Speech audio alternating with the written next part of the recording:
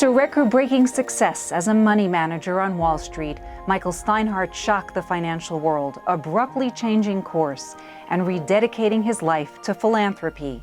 There he rewrote the book by creating visionary initiatives aimed at Jews on the margins of Jewish life, game changers such as Birthright Israel, programs offering early childhood educational options, and Hebrew language immersion programs. Michael Steinhardt's new autobiography, Jewish Pride, is one man's quest to keep Jewish life strong. Sara Bloom is a founder and the board chair of Hebrew Public, a national network of U.S.-based Hebrew-English dual-language charter schools. She's also the vice chairwoman of the board of the Steinhardt Foundation for Jewish Life and serves on the boards of the Arevim Philanthropic Group, One Table, the Shabbat Project, and the National Alliance for Public Charter Schools. Thank you so much, both of you, for taking this time and to really look at the recap of Jewish Pride and for this exclusive interview. You are most welcome. Thank you, Felice. Pleasure to have the time to spend with you. I imagine others shared the thought I had when I read Jewish Pride, and here was this Wall Street billionaire who could have spent his life doing anything or nothing. Yet you idealistically drove Jewish continuity despite the odds. You created massive educational programs throughout the United States. Some succeeded, some failed. But you have seemingly retained this passion to find the solution to keep Jewish life and pride respected and practiced for generations to come. Where did this all come from?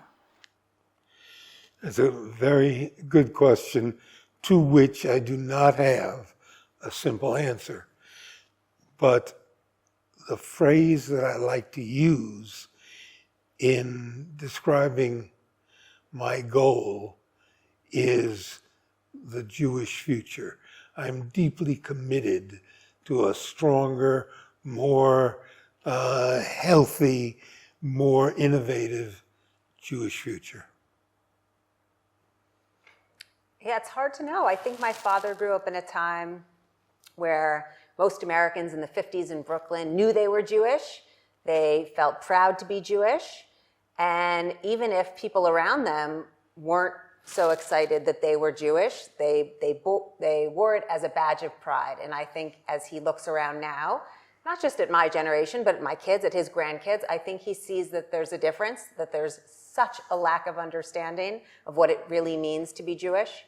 And if you look at the studies, you can see that young people feel Jewish pride, but they don't understand much about it.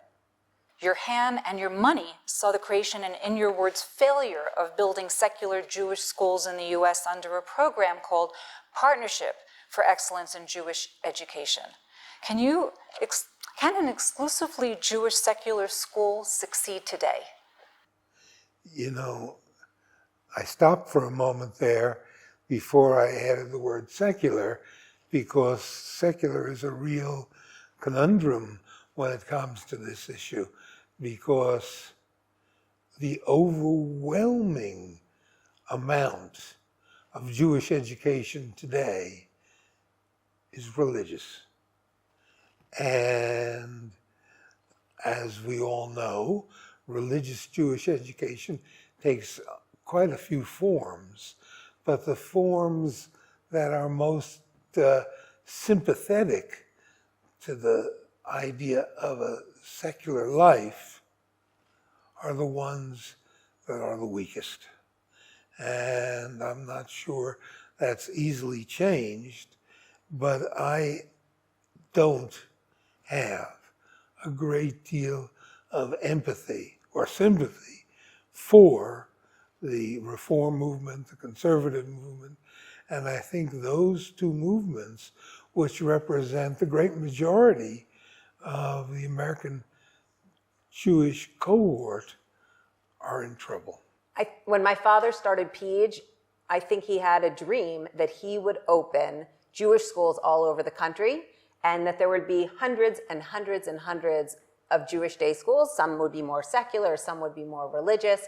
And I think he learned that there is a finite market for American Jewish families that want Jewish day schools. And I think that that was a hard lesson. The greatest predictor of where you're going to send your kids to school is where you yourself went to school.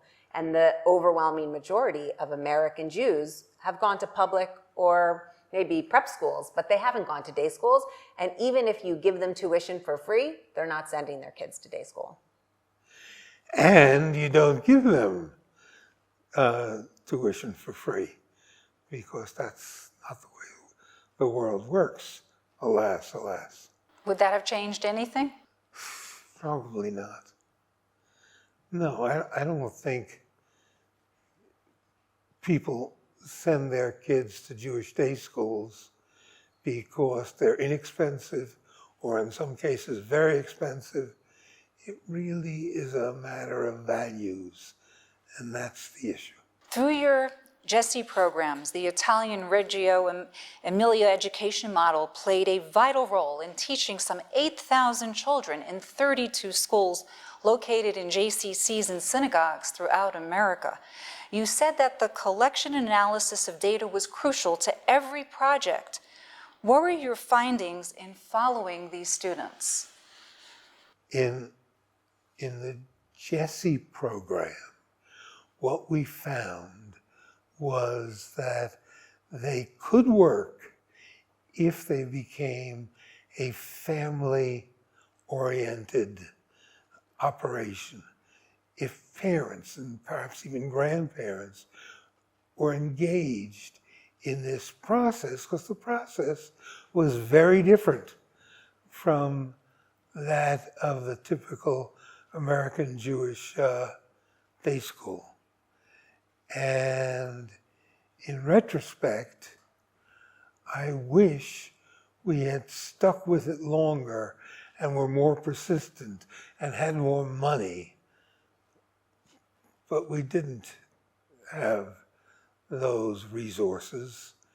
And the project, as you may have noted, continues, but it hasn't grown in the way it had to have grown for it to become a dominant force in the American Jewish day school scene. As the next generation, how do you see it, Sara? I think the next generation needs to have ingenuity and creativity and be willing to try new things and mess up and make mistakes, as long as we're willing to try new things, because what we've tried before in the past isn't working that well. And to keep trying the same approach is really, that would be the biggest mistake. How was the appearance of a money guy willing to financially back his passion for education sit with the so-called professional educators, or as you term them, the Jewish turf machine? As a generality, the turf machine is not of a mind to accept ideas, particularly those from outside. They don't see their experience as one mostly of failure. They see their experience as one that should be continued, that have enough in their cohort to allow for a slow, if any, growth in Jewish educational efforts. I think the people who work inside the turf machine are probably some of the most lovely, dedicated, devoted people. And on one hand, I think my father and I have deep appreciation for people who've devoted their lives to the Jewish community. But at the same time, my father came from the world of results. And in the world of the hedge fund world, you knew how you were doing, and there were numbers that were attached to that. And I think when my father began his foundation, attaching metrics and data and goals was incredibly new. And I think that it made sense that the turf machine, that the established Jewish community, instead of embracing that approach, because that's really the right approach, they instead it was easier for them to hide and to be unaccepting of that. And there's another point here. Today, the year is 2022. When what I nastily call the Jewish turf machine, and I intend to be a little nasty, got started in the late 19th century, early 20th century, it was a very different world. It was a world where most Jews were lower middle class, came from areas that were mostly filled with Jews. And over time, that changed. Jews slowly began to be accepted by the best secular schools in the country. They began to be accepted in the best colleges in the country. That had its goods and its bads. The bads were that for the average, typical Jewish kid, he had nowhere to go. He couldn't easily get into the Ivy League colleges. He couldn't get into the best secular private schools. And he had to find his way in the Jewish world, which was a second-rate Jewish world. And that continues to be the case today. How did the establishment impact on your decision to shut down the Jesse program?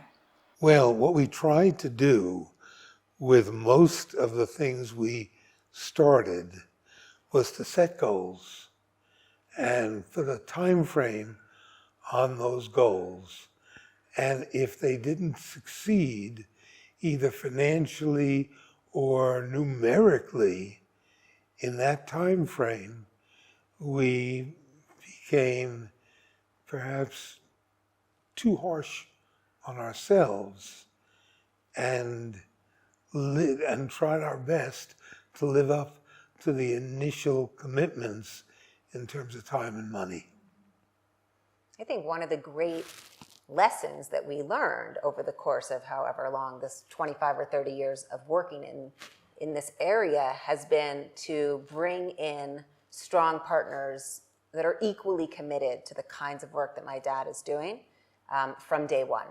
So, for example, One Table was started with the Singer Foundation, and very quickly it has many other people who are as committed to the work as we are. And I think financially that's made a big difference in terms of its long-term viability. But that's probably the exception that may indeed prove the rule, because it's not so easy to attract philanthropists who see the world as I see it, or as we see it. And we failed in attracting the best and the brightest to our cohort of supporters in many instances. Sometimes we succeeded, Birthright being perhaps the best example, but often we failed. Why? Why do you think it was that difficult? Most affluent Jews do not put innovation as the primary objective in their philanthropic world. They're comfortable with the Jewish world. They're comfortable with being honored and having their name on galas and stuff like that. But to experiment, to take risks, they may do that in other parts of their life, but they don't do it so much in their Jewish philanthropy. We'll come back to that later, Michael. But you also brought up something. You spoke of the length that Jewish institutions would go to keep you out often. And I'm sure that must have been very hard to see. The insularity of the Jewish institutional world becomes clear to most anybody who chooses to engage with it. So insularity, meaning we're doing things pretty well. We don't need outsiders. We don't need laymen to interfere with what we're doing is not an uncommon thing. Maybe it's not uncommon in other worlds also, but in the Jewish world, if you were the head of a regional or a city's federation, you felt pretty good about things. You had a group of people who were working in a certain sense for you, money was coming in, and you felt that you were accomplishing a lot. And whether you were accomplishing a lot or not, you felt that the world outside you, particularly the people involved in your federation. I think my dad was a trailblazer in this regard because when you go back to the late 90s, he was one of the few people working outside the federation system. And I think he did face a lot of opposition. But today, 25 years later, I think almost all the smart minds really are giving money creatively, together, and certainly almost by and large exclusively outside the federation system and what we would call alphabet soup. They are creating their own projects, they're working together to do that. And there are a lot of names that are following, I think, really in the mold that my father created, the Marcus Foundation, the Davidson Foundation, Maimonides, Singer. These are the smart minds who made a lot of money in business and are interested in having measurable success. Are Jewish schools a thing of the past as more American Jews seek to send their children to what they say are places of diversity? I'm tempted to say no, that they're not a thing of the past, but they're not at the same time growing. And the only growth that you see in the Jewish day school world is in the Orthodox and ultra-Orthodox sections. And that's a real problem, because for people like Val and I, for people who consider ourselves to be secular, there aren't that many day schools that have any secularity associated with them, and those that are Orthodox or ultra-Orthodox are really of very little interest to the typical non-Orthodox Jew in the diaspora. The majority would label themselves secular, so how does the forecast look, 50 years from now? I'd say Jews have done a singularly poor job of predicting what the Jewish world will look like, not 50 years from now, even 20 years from now, 10 years from now. It's not such an easy thing to predict. And after World War II, the Orthodox world was generally viewed to be on its last legs, but it experienced a pretty good revival. The areas that I care about is not these Orthodox schools or this Orthodox world, but people who want to remain Jewish but don't exactly know how. In 2007, you became smitten with an idea you're now fully focused on, the teaching of the Hebrew language as a means to Jewish identity. You said there were probably more non-Jewish Arab Israelis fluent in Hebrew than American Jews. The Pew Organization agreed, offering a study showing 12% of American Jews can't carry a simple conversation in Hebrew. Is language an easier sell than a full curriculum? Language is not an easy sell, period. And there is the broad image in the Jewish secular world that to teach Hebrew to the next generation is an extraordinarily heroic, challenging task. One that isn't accomplished very often. And the percentage of secular Jews in America who speak any Hebrew is really painfully small. Sara, what are you seeing? Because you've been intimately involved in this area. Yeah, I have, and I think that the American Jewish community should take note of the fact that the hundreds of thousands of kids who've gone on birthright come back to America really excited to learn to speak Hebrew. And unlike a lot of other languages, there's nowhere really to learn Hebrew. Babel isn't going to do it. Is not going to do it, but there are ways to invest in this. And even small countries like Poland or the Ukraine or Greece, for example, have spent huge amounts of money investing in Americans learning to speak their languages, because then people go back and they don't have to speak perfectly, but if you've spent a couple years in high school or college learning to speak a language, you're much more likely to visit. Did it surprise you when the American Jewish Committee claimed your program violated church-state requirements? Are multiple solutions to a problem themselves?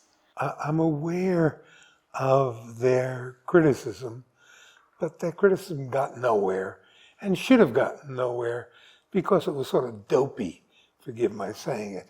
A lot of things that the American Jewish Committee has tried to do are sort of dopey and backward looking rather than forward looking. So I'm really unsympathetic, and I want to express that clearly to the ideas that the American Jewish community is stuck in perpetuity in its present form. Because if that's the case, we're of Tzuris. And even most Jews of my background know what Tzuris is. Is your goal Jewish pride or universal pride? Jewish pride. As a philanthropist, you have seen the good and ugly sides of gifting. Where is Jewish philanthropy, and we touched on this, but I think we didn't go deep enough, going wrong? Ooh, tough question. Jewish philanthropy is going wrong in a variety of ways. Number one, the average American secular Jew who wants to remain Jewish goes to a second-rate religious institution, has second and third-rate teachers, and therefore it's very difficult for them to become more learned Jewishly, more comfortable in thinking about the Jewish future, and that has to change. Sara, you're spearheading the foundation. How are you seeing this today, 2022? I love the vision that my father outlines in Jewish Pride because it's an optimistic vision that if we can really, in Herzl's words, if we can will it, it will happen. And I think that a future in which you can go on a birthright trip and come back and learn Hebrew and have an internship in Israel, after college, have a 2-year program where we take great, bright American kids who are interested in high tech and bring them over for a few years and have that interplay. I think American kids getting excited about Israeli music, for example, feeling more connected here, flipping the tables so that Israel and Israelis realize that they need to invest more in us, that we need some of their secular chutzpah and charisma. I think that there is a way, but I think my father's right, that if we feel that a synagogue and a JCC is our future, that is where the connections are going to come, that is not a future that I am optimistic about. You know, you don't have to go back that many, say, into the 1980s or 1990s, and imagine what the Jewish world in America was like pre-birthright, and how much birthright, in a certain sense, has already begun to alter the vision of the Jewish future. What it'll look like in X number of years, I'm not sure, but there is a process of change going on. It's not a process that's easy, it's not a process that's well-financed, but it's a process that an awful lot of people are slowly becoming comfortable with. I would add that another project that my dad was instrumental in bringing to life was One Table. And that is this hope that Jews in their 20s and 30s, young American Jews, will make Friday night Shabbat dinners a habit. That come Tuesday or Wednesday, like so many of us who appreciate Shabbat in our life, that time of the week will come and these young people will think, what am I going to do for Shabbat? And that is growing so quickly. We're in 450 cities, and this year we hope that we will reach 10% of our target market. But what if we reached 50% of the market? What if all American Jews thought, like people in Israel do, even when they're 100% secular, am I going to be with my family for Shabbat? Which friends should I invite over for Shabbat? These are the kinds of ways we're approaching the work that we do. Do you think Jewish culture and tradition, absent religion, is enough to sustain Jewish identity? Excluding religion, Jewish culture is the key to the Jewish future. We have to feel pride in our heroes. We have to say, it's not an accident that we represent 1 or 2% of the population, say, in the United States, and 30% of the billionaires. And God knows what percent of the Nobel Prize winners. And it goes on and on and on, where Jews have achieved so far beyond their number in the diaspora, particularly in the United States, that it should make every Jew wonder a little bit about what that's all about. Is it some magic of mental superiority, of a willingness to take chances, to be open? It's hard to say, but it's worth pondering as to what it is in our Jewishness that allows us to be so intellectually superior. And when I use those terms, intellectually superior, particularly with my wife, she winces. Who's your hero? Oh, I have a lot of Jewish heroes. I mean, they range from Sandy Koufax and other athletes. They are so many comedians and songwriters and fiction writers and so many people in so many areas of life where Jews have so stood out relative to our number. My dad's my hero, but I would also really add, he is a Jewish hero. But I would also say that I think it's interesting. I sent my kids to Jewish school, and I think that's a safer bet in terms of creating Jewish continuity, because I think that it's difficult to remove religion and pass down whatever we're trying to pass down to generations. But I also think that even within the context of the American Jewish community, there's camp if you want to give your kids Jewish pride and a love for Israel. And there's taking your kids to Israel if you want to pass this down. And there's deciding that you're going to have Shabbat dinner with a group of families every Friday night. There are a lot of ways to feel connected Jewishly. And you're talking to someone who isn't interested remotely in studying Torah, but I have found a lot of other ways of feeling connected. Do you trust your news sources? Are you tired of one-sided reporting? You need to know the Media Line to know the Middle East. The world needs news you can trust. The Media Line is the first independent, non-profit American news agency covering the Middle East. Now in its 20th year, it's the best-kept secret in the news business. Support the trusted Mideast news source today by going to themedialine.org. And I was very fortunate to be connected with Michael Steinhardt. Of course, I knew who he was. And the idea behind the book was that it would be a memoir of his philanthropic activities. But in the course of the year and a half that we spent working on the book very closely, it became a great something more than a philanthropic memoir. It became really a statement of his whole entire purpose and mission as a philanthropist and as a Jew, as an advocate and supporter of a strong, healthy, secular Jewish identity. His Jewishness comes from his childhood in Brooklyn. It was a very strong identity, but it was secular. It was not religious. That's very similar to me. I'm one of those bad Jews who quit Hebrew school the day after my bar mitzvah. So to that extent, I identify as a wicked son.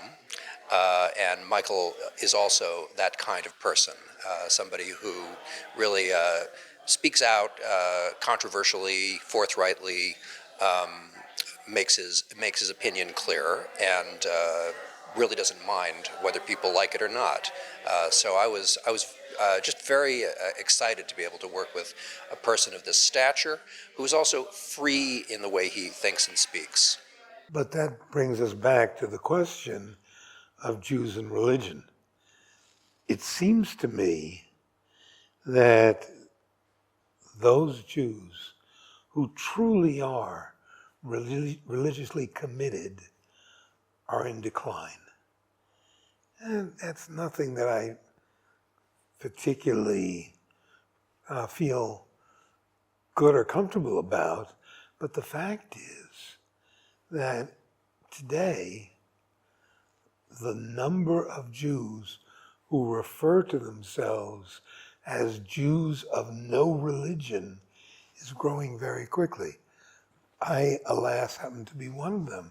I'm an atheist. I'm not sure Sara is, but I am. And it does not diminish one iota my feeling for my own Jewishness. Michael, not all was rosy. You write in your book about a period of being accused of sexual harassment. Is it fact or fiction? I tend to be, in my speech, provocative. And if that provocation led to people accusing me of sexual harassment, so be it. I didn't touch anybody. I didn't have any acts that would be considered sexual harassment, but I have been provocative in my speech, and if that's offended somebody, I apologize. Birthright Israel. It worked. One of your crown jewels to bring the American diaspora Jews under 40 on a free 10-day trip to Israel. More than 600,000 participants since 1999. How did you and Charles Bronfman come up with the idea of sending Jewish youth to the Holy Land? The concept that dominated Birthright in its early stages was one that held that Jews, if they experience Israel, if they experience all that is different about Israel from, say, America, there's a good chance that will inspire them in their Jewishness, in their Jewish spirit, in their Jewish learning, etc., etc. And I think that while we do not have very much in the way of religious education on Birthright, but Birthright shows a spirit, a Jewishness that wasn't available otherwise, and seems to have allowed young Jews to have picked up something new in their life's work and lifespan. And to me, Birthright Israel is one of the great hopes for the Jewish future. The Media Line did a radio program about Birthright when it was still new and heard Israeli youth claim they deserve a trip to California. When did people begin to see that there was a difference? They began to see there was a difference when kids came back from their Birthright trips with a different look on their face, with a different inspiration, with an overwhelming desire to go back to Israel, a place that they didn't know, where they'd never been, where somehow there was something communicated in those 10 days. What they used to complain about to to the Birthright Organization was, well, what can you really accomplish in 10 days? But the fact is that the Birthright trip accomplished an enormous amount in conspiring, if you will, for these young, ignorant Jews,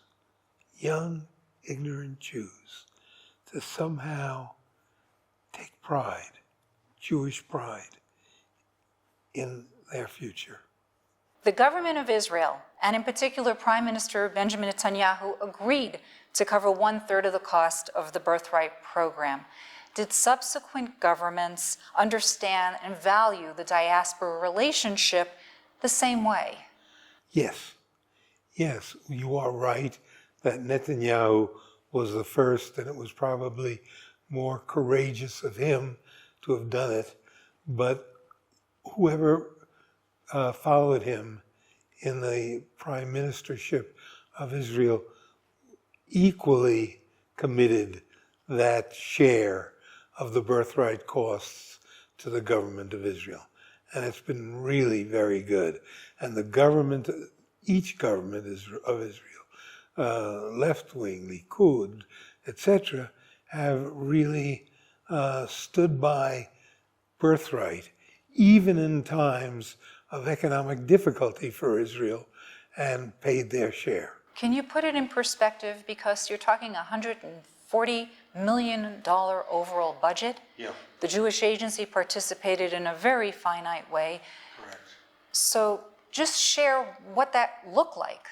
The average trip was about $3,000 per individual. So if you take 3,000 and you multiply it by the 50,000 that we got at our peak, it was about $150 million, 1/3 of which paid for by the government of Israel.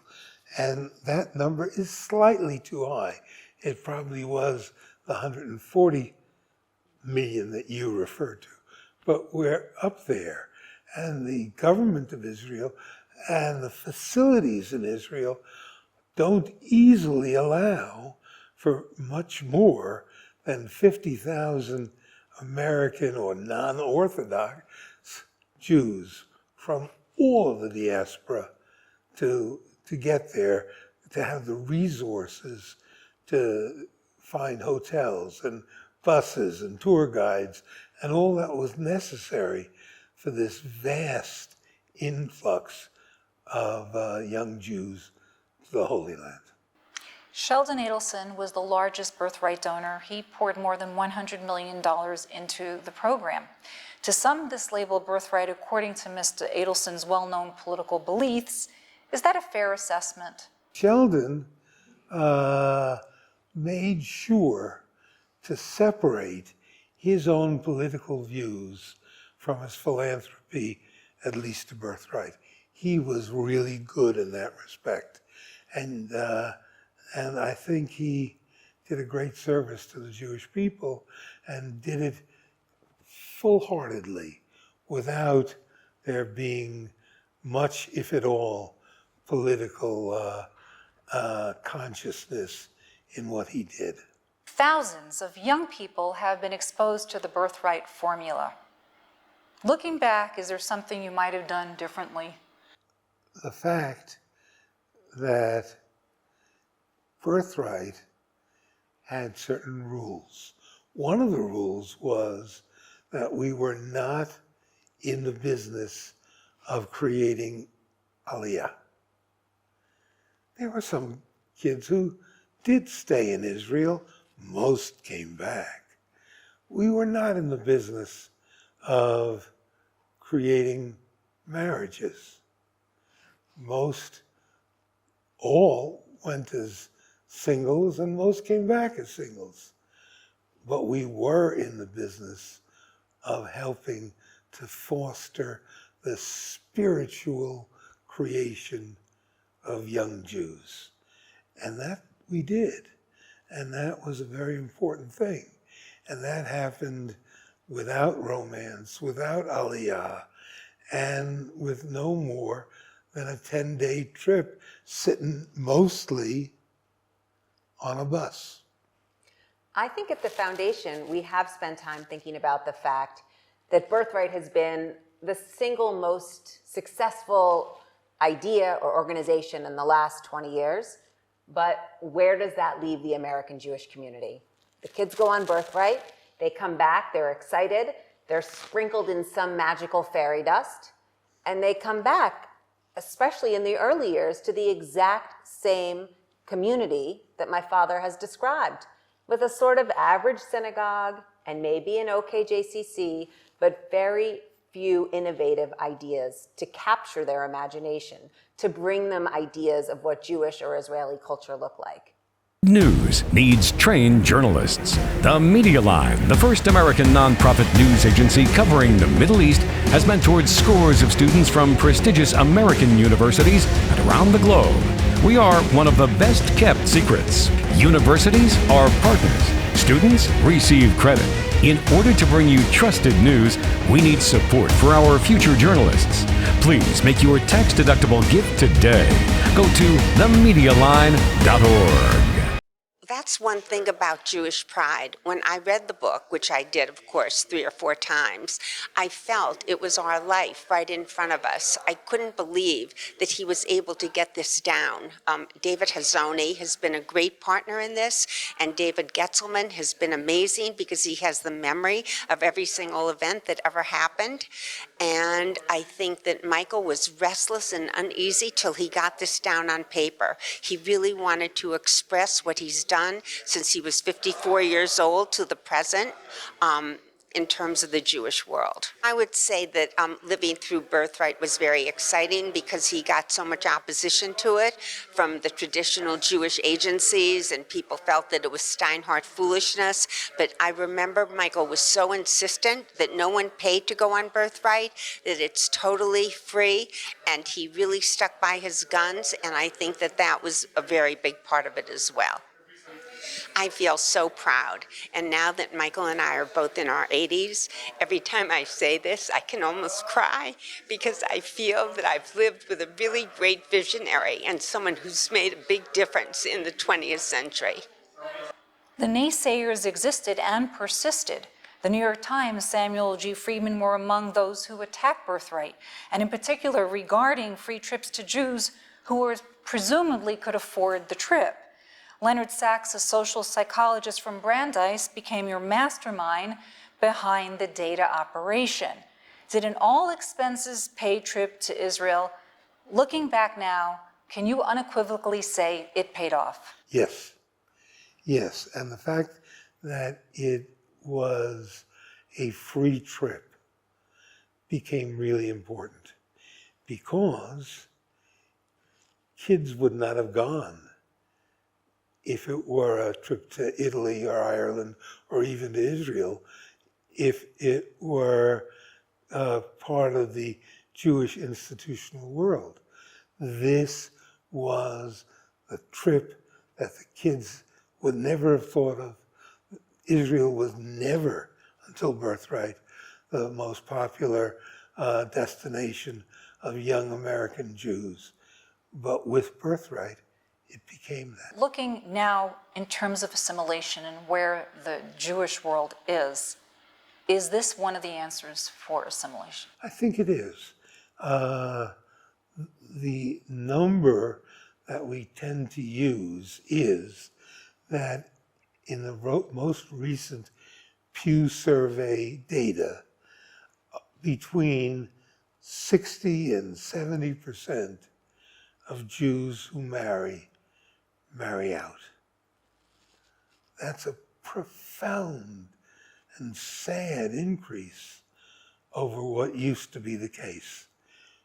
For kids who go on Birthright, in contrast to kids who don't, that number isn't 60 or 65%, but more like 40% who marry out.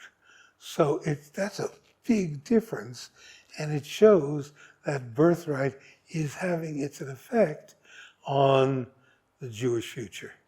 Since my dad and Charles started Birthright, I think the Jewish community has taken note of its success, And there are different organizations like Momentum that are sending Jewish mothers to Israel. And there's Honeymoon Israel, sending young couples to Israel. And there's Academic Engagement that's sending professors to Israel. I think people realize that in America, if you haven't been to Israel, you really don't understand it. And that really just by spending a week or 10 days here can actually be transformative.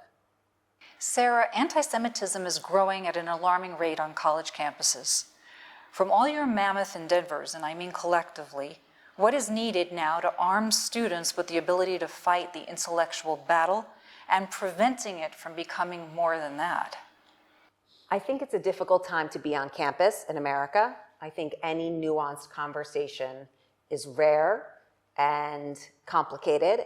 And I think the reality is that Zionism is a complicated case for a lot of American Jews who really are ignorant. My father said the kids who go on birthright are ignorant Jews, and it's true. And as much as they might be transformed by a birthright trip, they come home ignorant Jews.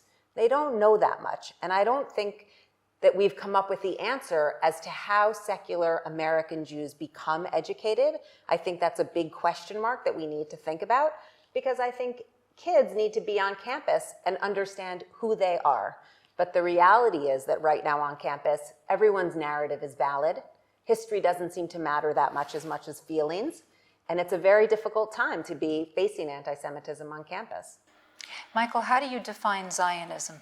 I define Zionism as a love for the land of Israel. I would say as a mother of kids in college right now, what's difficult to see is how young progressive American Jews feel that they cannot be a progressive and a Zionist.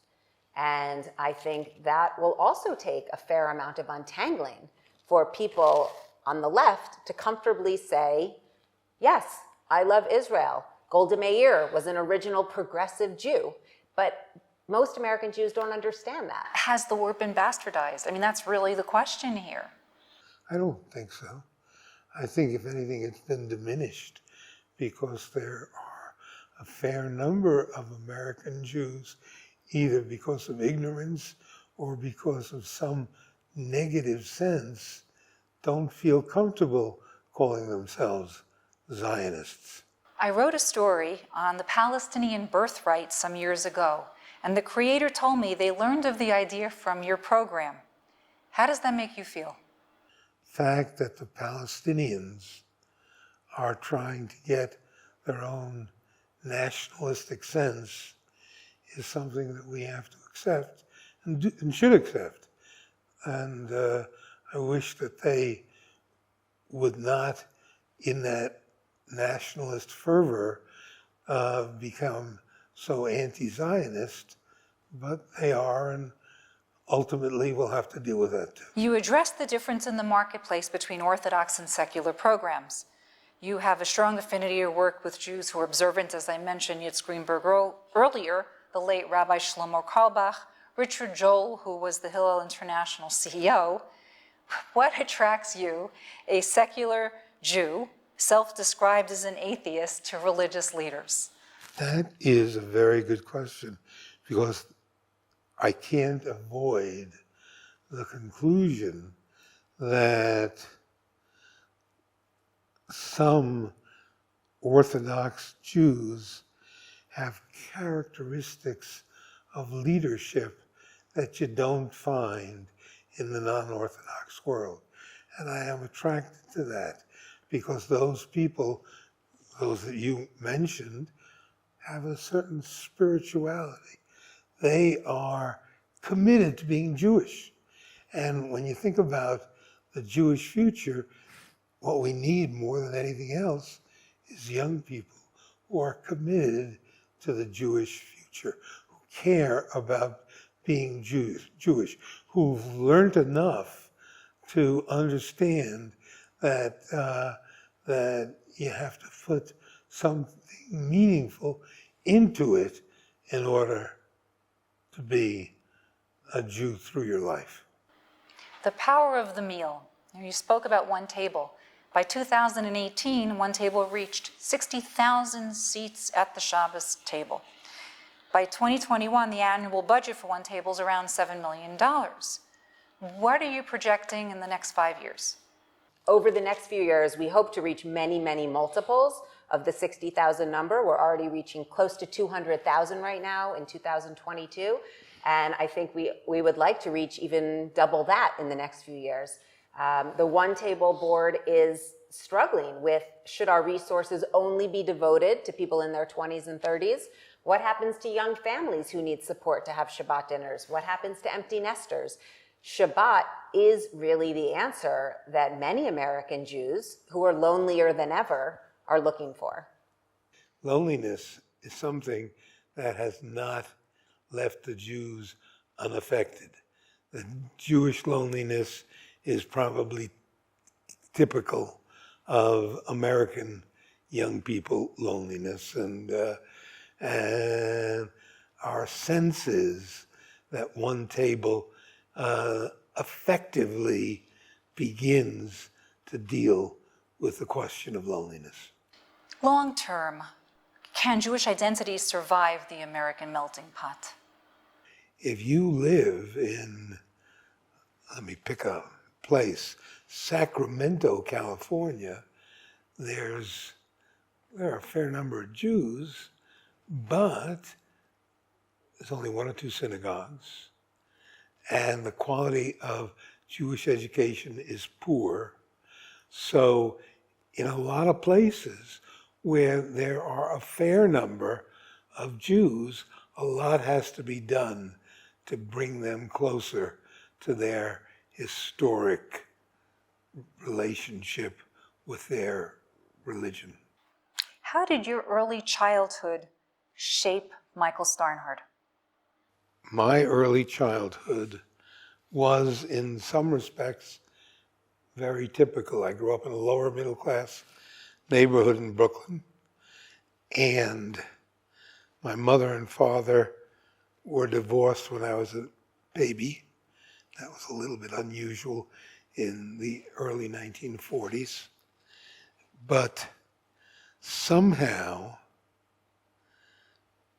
growing up in a neighborhood that was at least 50% Jewish and seeing the tattoos on the arms of so many of those people who showed up in America in the 40s and the 50s, having had an experience in the Holocaust, it somehow struck me as something that I couldn't quite avoid.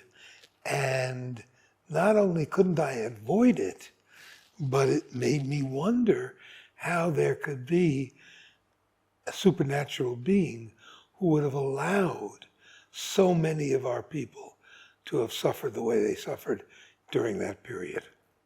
Israel has been the thread and soul of your mission to keep Jews Jewish, so it's not surprising that you're funding projects in Israel. What tops the critical list?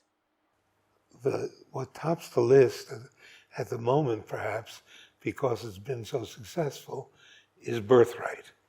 But there are quite a few others.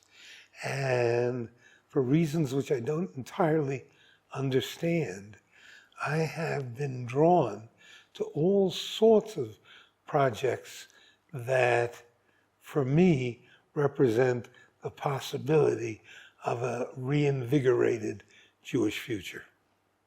Israel's almost 75. It's very different than the one you visited as a youth. Supporting Israel has, in my view, become a kind of narcotic, giving us a sense of self-worth and achievement that allows us to ignore the tempest that has put our own future in doubt, you said. So you say we need to ask, and what do we need to ask from Israel at this point?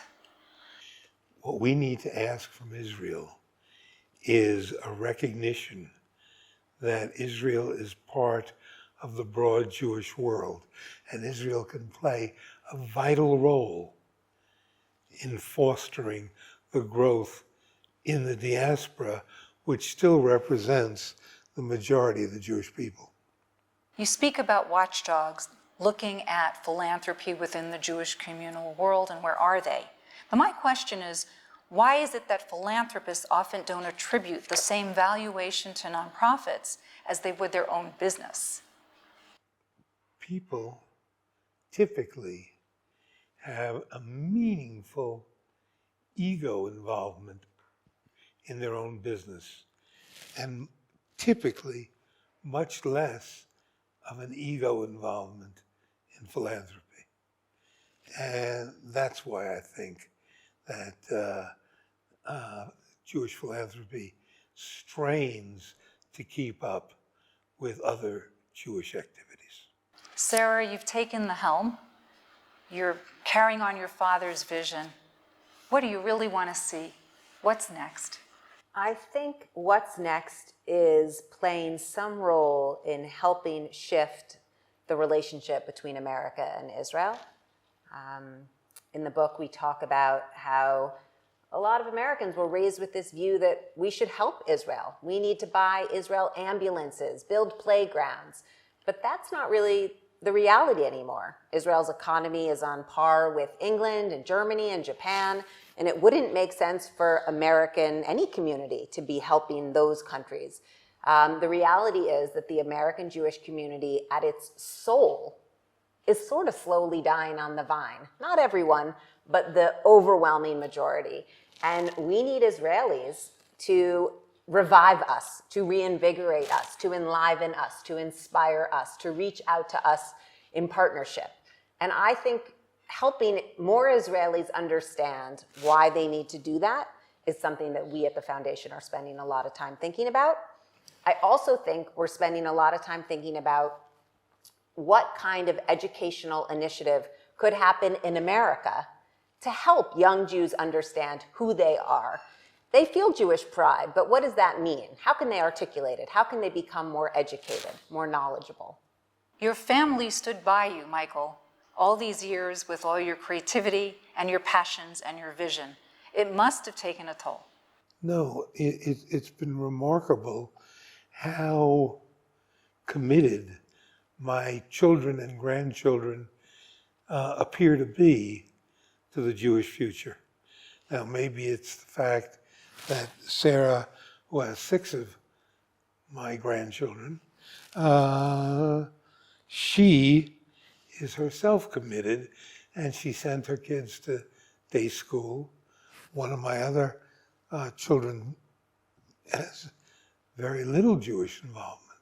So even in my family, it's not uniformly commitment. It's something less than that.